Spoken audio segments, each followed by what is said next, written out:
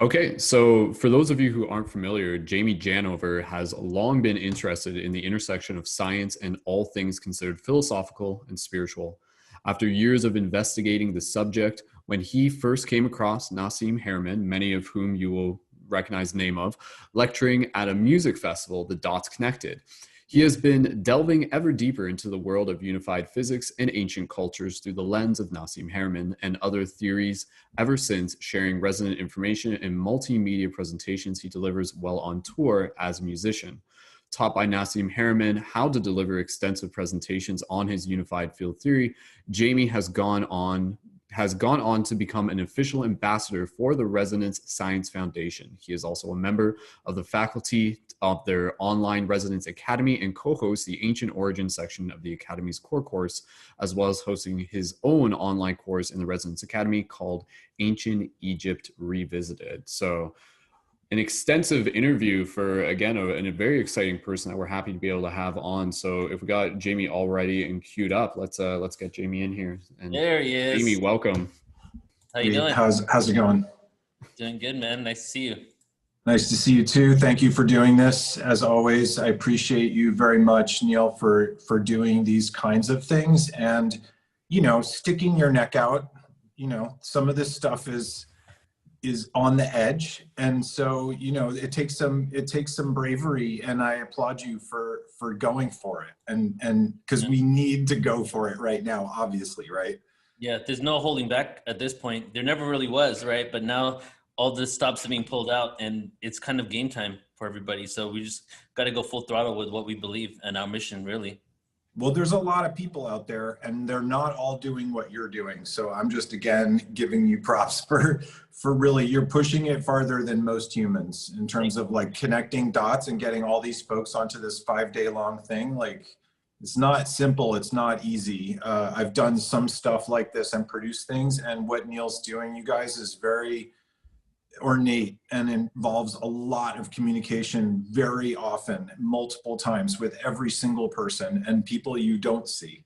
So thank you again, Neil, for like including me in this, because it's really an honor, especially like speaking right after Brad, because we were in Peru together, and so just to connect these threads and the places around the world and the timeline, because it's very complex. Stuff is way more complex than we were told in school. Like infinitely more complex. And a lot of the stuff we were taught even a few decades ago was completely ridiculous. Some of it was so wrong. And now we have to like correct the record so that the kids growing up right now can go, Mom, the slaves didn't build the pyramids, right? And she's like, what are you talking about? I took that in school. And the kids are like, oh, Mom, So yeah, I just feel like it's good to be a part of that movement of making things correct that were incorrect. And as we have new information, we should be able to update the textbooks really quickly. And I feel like that doesn't happen that quickly. And there shouldn't be textbooks, right? Like we like basically get rid of the old textbooks because we have to update them. And then within a very short amount of time, we're like, oh, we have to update that again. So we could probably just stop chopping down trees at this point and just give the kids the app update that's like, yeah, NASA's got a new update. Here's the new planet. Here's the new astronomics that we just discovered and all this stuff. So yeah, we operate very inefficiently in the world, because of the way that we handle our resources. Even oil companies, they invest in 30 years loans in order to have pipelines built. So for those 30 years, they don't want to invest in anything that will take away from petrol, right? So we put all of our energy and our focus into wrong places. I know you've been speaking for a while about the origins of humanity and rewriting the textbooks, re-educating the public. Why don't you get into maybe talking about your history a little bit and how you came into this? Because what I truly love about, your information isn't, I love everything you do with Nassim Haramein, but I love the connection you make with ancient sites and structures and how that is advanced, basically quantum physics and geometry that we're only now rediscovering. So maybe you can start off by taking us into that world. Yeah, that's a tall order in that you're dealing with unified field theory, which for those who are not super familiar is you know, a physics theory that describes everything in the universe, right? From infinitely large to infinitely small, so that no matter what observation you make, it fits into that theory. And then there's the ancient civilization rewriting our history of where we came from. You know, most of us got taught the whole out of Africa hypothesis, and a very kind of linear, simple, easy to visualize migration of where humans started and then where they moved and what they did. And that is ridiculously simplified. And we now know that that theory is not only incorrect, but it's so many layers more complicated than we thought. We keep finding new species of hominid that we didn't even know. So the whole missing link story that we got is a missing chain, and it's more like fractal missing chains. So it's just so much more complex than we knew. Every time we think we know how stuff works, we come up with a whole nother layer of observations and theories that show that it was a little bit more complicated than we thought. And now the interesting thing that's happening is that the convergence of the physics and the geometry that was encoded by ancient civilizations is coming together, and it's actually simplifying and becoming easier. In other words, physics got so complicated, they kept having to add more and more complicated math onto a very complicated thing until they were like, yeah, this doesn't fit with this, but if we add more dimensions, then it might work. And then they don't define what a dimension is, and it gets super weird. And they start saying there's quantum weirdness, right? And nothing makes sense. And then the geometry comes in, and you go, hold on a second. What? There's structure to space. Oh, the study of structure in space is geometry. What is the geometry of space? That's a good question. That's where Nassim goes. And then long story short, the geometry of space-time was encoded by the ancient civilizations. Now, what that geometry is and how you derive that and why it makes sense as that geometry, that's kind of a long story.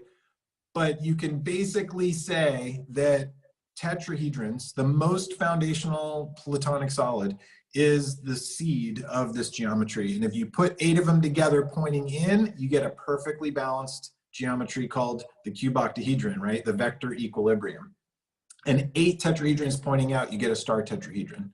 And so anybody who's following this information is like, oh yeah, star tetrahedron. Oh yeah, vector equilibrium. Thank you, Buckminster Fuller.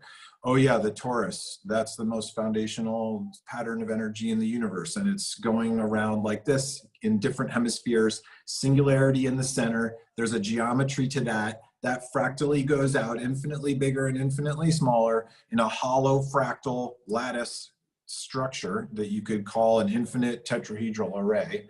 And that geometry we find in ancient cultures all around the world, encoded in things like pyramids and all these different cultures, the flower of life symbol, the yin yang, the I Ching, all these calendrical systems that deal with 24 and hexagonal lattice structures, all these different traditions pointing towards the same basic seed set of information that is basically geometric information. So that doesn't seem like a coincidence, right? Like all the stuff that I was taught in high school, I'm like, okay, all right. And then it's like, wait, what? You think there's a certain amount of mass and you can't find it, so you invent a new type of matter that you have no evidence for whatsoever and just throw it into your equation and say, just give us billions of dollars. We're going to find this stuff called dark matter. Guess what? We've been looking for that for decades and spent hundreds of billions of dollars and tens of thousands of PhDs have probably been given to people looking for dark matter. And it's missing, not because there's some mysterious type of matter that's not there. It's that they misinterpreted the energy that's in the space that's not empty. If you account for the amount of energy in the fabric of space at the quantum scale, then you don't need dark matter anymore. And the geometry and the ratios of how the universe is organizing itself in an infinite scale, past the universe to the multiverse, and past the atom, past the proton, past the Planck, which is the smallest vibration we can measure, Smaller than that goes infinitely small. All those scales have a very, very specific geometric ratio, and that is this new unified field scaling law that Nassim Haramein is about to publish. It's called, oh my gosh, I hope I can remember this off the top of my head. Fields, it's scale invariant unification in fields, particles, and something else. I'm forgetting the name off the top of my head. I'm so sorry. But he has a brand new paper that's about to come out, and it's at resonantscience.org. And this is Nassim Haramein, the unified field theorist. And he's been writing papers that are getting closer and closer to this unification. And the next paper that's about to come out that he's been working on for quite some time is this next level, showing these scales and this ratio from the infinitely small to the infinitely large. And it all has to do with geometry, and all these ancient civilizations were encoding this geometry. That's gotta be beyond a coincidence. So then if it's not a coincidence, how did the ancient civilizations know the theorized geometry of the fabric of the vacuum according to a unified field theorist that only came up with this stuff since the scientific method was invented, which wasn't very long ago compared to the ancient civilizations, using modern technology, using very advanced ways of observing the universe, collating all that data and deriving a geometry and going, wait a minute, this geometry is very familiar. I've seen it all over the place. Yeah, it's because they knew about that geometry somehow. And then that raises the big, big questions, which I'm sure you guys have been talking about over these days, of maybe information came from off of our tetra. It wasn't part of the Earth, right? It was extra tetra real information, which is what you would call the extraterrestrial information. So that's a theory, the ancient aliens theory of, yeah, they came down and they were like, okay, what's up? Here's the deal.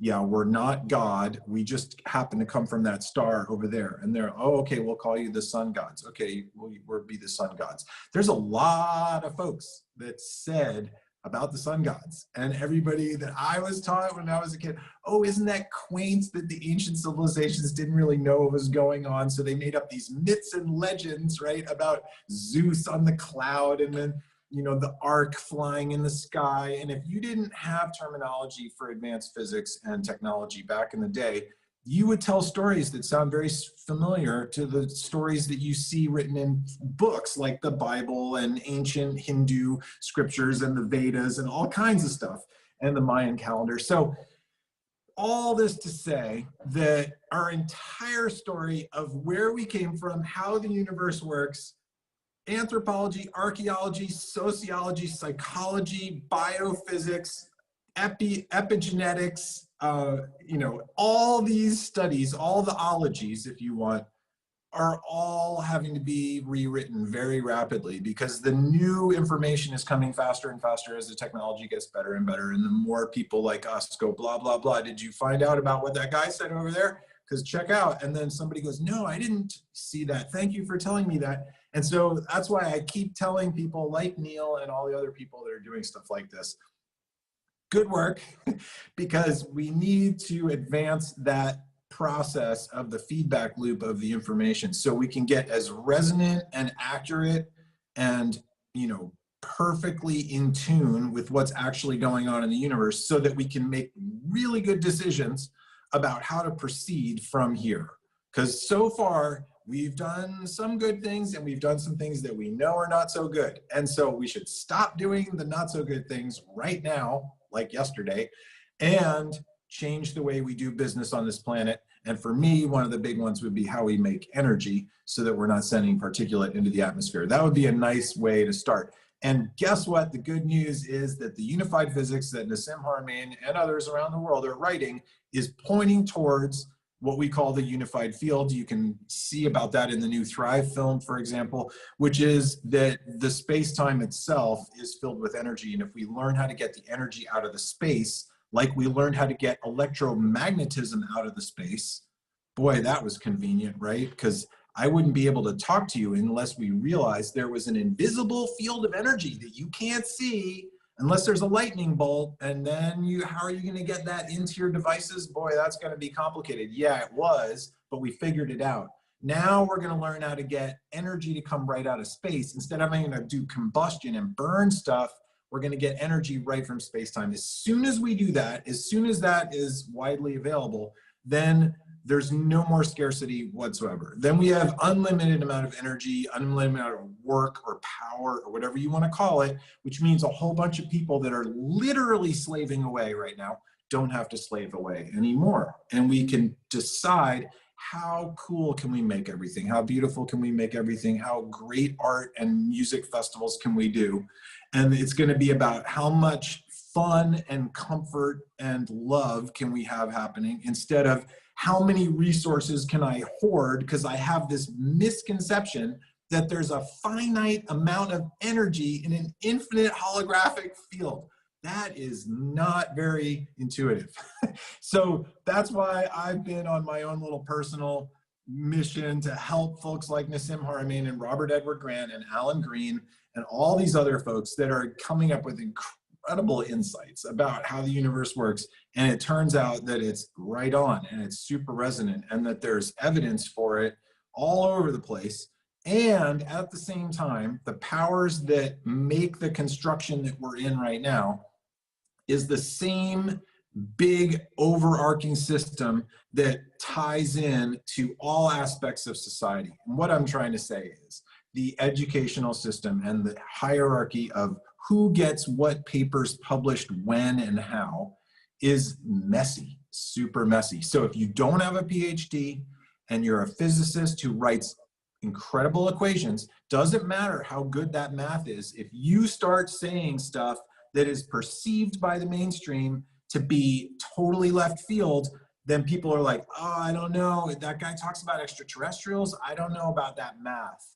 And that's not logical either. Take the name off the paper, show the math to the physicist. Does this geometry work out? Because check it out, we can predict, because of this holographic field, you can look at the proton and predict stuff about the universe. You can look at the universe and predict stuff about the proton. And that's what Nassim is doing. He's looking at the proton very closely and how small those little Planck spherical units fit inside there, 10 to the 60 of them inside of a proton. And that ratio is giving him predictions like the temperature of the universe, the background radiation of the universe, the size of the universe. Nassim predicted those radius of the proton in 2012, and only a few months later it was reconfirmed by an accelerator in Switzerland, and it was within the margin of error of the experiment. And he doesn't have a particle accelerator. He was doing this out of theory, out of straight observation, out of straight geometry and ratios. And it has to do with the flower of life, three-dimensional sphere packing. So hold on a second, the ancient civilizations were encoding the geometry of the Planck spherical units that make the proton somehow? That's unbelievable. Like, how did that happen? That's why it's infinitely fascinating to go around the world and be like, wait a second, how did they make, standing there with Brian Forrester and Nassim Haramein and Brad Olson, looking at the stuff in Peru, for example, just being like, there is no way. They had vine ropes and they were pulling the stuff from the top of the mountain down into the valley and back up and building all this stuff, Ollantaytambo and Machu Picchu and all over the place in Sacsayhuaman and Cusco. And then again, of course, the Great Pyramid of Giza, which is such a huge topic that I have an entire online course about it. And then stuff like in Mexico, going to see Teotihuacan and seeing the amount of alignment and the amount of coincidental, complete alignment with Giza and Teotihuacan. The area of the base of the Pyramid of the Sun and the Great Pyramid is only about 3% different. That could be a coincidence. Anything could be a coincidence. But when all these different things all point to the same place, then the chance of it being a coincidence goes way down. So this was my attempt to try to fit a 4-hour presentation into 20 minutes. How was that, Neil?